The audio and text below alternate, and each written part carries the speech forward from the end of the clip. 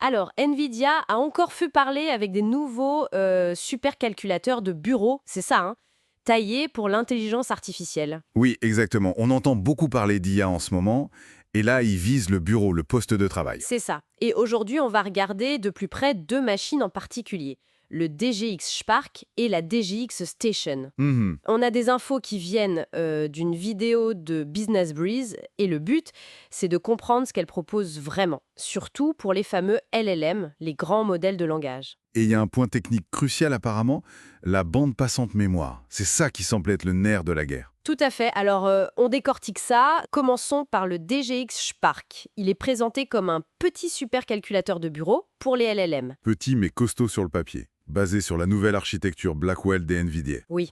Avec un GPU GB100, il atteint 1 pétaflop en calcul IA. Bon, attention, c'est en FP4, hein, cette précision un peu spéciale pour l'IA. C'est important de le préciser, oui, pour comparer ce qui est comparable.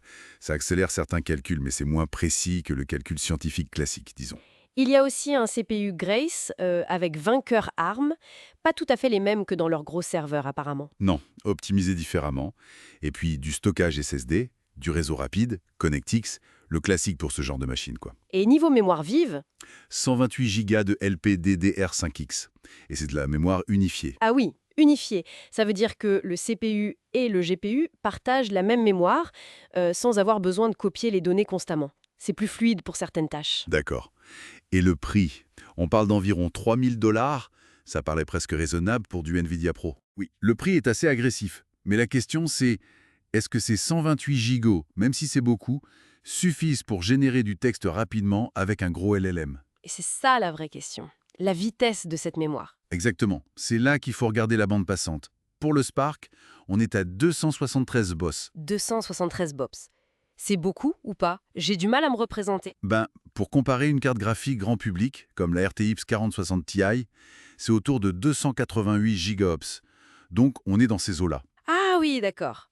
Pas si énorme en fait, pour un super calculateur. Disons que c'est correct, mais pas exceptionnel, pour la tâche spécifique de la génération de tokens d'un LLM. En gros, il y a deux phases. Comprendre la question, ça tire sur le JPU, et générer la réponse, token par token. Et cette deuxième phase, elle est souvent limitée par la vitesse à laquelle tu peux lire et écrire dans la mémoire. La bande passante, quoi. On était trois, ça ralentit tout. C'est ça. Il y a un exemple intéressant. Une vieille RTX 3090 peut générer des tokens un peu plus vite qu'une 4080 Super plus récente. Ah bon? Pourquoi? Parce que la 3090 a une bande passante mémoire bien plus large. 912 gigabits contre 736 pour la 4080 Super. Du coup, pour le Spark, Ben, avec ses 273 gigos. voilà. Malgré ses 128 gigas de capacité, pour générer du texte avec de très gros modèles, ça risque d'être lent. Peut-être au niveau d'une RTX 3060 qui a 360 gigos. Il pourra les charger, les manipuler, oui. Mais la génération rapide, c'est autre chose. Ok, donc le Spark, accessible, grosse capacité mémoire, mais pas un foudre de guerre pour la génération. Alors, si on veut de la vitesse en local, on fait quoi? Ah ben là, Nvidia a une autre carte dans sa manche. La DGX Station. Et là, ça devient beaucoup plus sérieux. La DGX Station. Ok. C'est quoi la différence majeure? On passe sur une superpuce Grace Blackwell Ultra. C'est un autre niveau de puissance. Et puis le réseau aussi. On peut monter jusqu'à 800 gigabits par seconde. De quoi faire des petits clusters si besoin. Forcément, j'imagine que le prix y suit. Ah oui, là on change de catégorie. On estime entre 10 000 et 50 000 $. Peut-être même plus selon les options. C'est un gros investissement. Ouch. Oui, c'est plus pour les labos ou les grosses boîtes, ça. Qu'est-ce qui justifie un tel écart de prix? Le vrai changement, le truc qui change la donne, c'est la mémoire. La DGX Station, elle, peut embarquer jusqu'à 288 gigabits de mémoire HBM3E. HBM3E. C'est quoi ça? C'est de la mémoire à très haute bande passante. Elle est empilée physiquement très près des puces de calcul. C'est ce qu'on trouve dans les accélérateurs pour data centers. Et là, la bande passante, accroche-toi, 8 téraoctets par seconde. 8 téraoctets par seconde. C'est combien de fois plus que le Spark? Attends, 8000 GOTS contre 273 GOTS. Presque 30 fois plus. Et en plus, il y a aussi jusqu'à 496 Go de LPDDR5X classique à côté. D'accord, là le fameux tuyau est gigantesque. Et niveau génération de tokens, ça donne quoi cette fois? Difficile d'avoir des chiffres précis pour cette machine exacte, mais si on extrapole depuis les gros GPU B200 de serveurs qui font dans les 10 070 tokens sur l'AMA 260B, Oui. une DGX Station pourrait raisonnablement atteindre peut-être 1000 tokens sur le même modèle. C'est énorme pour une machine de bureau.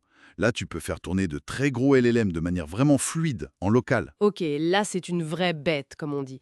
Clairement pas pour le même usage que le Spark. Non, c'est pour les entreprises, les chercheurs qui ont besoin de cette puissance IA directement sous la main, sans passer par le cloud ou en complément. Donc on voit bien la gamme se dessiner, hein.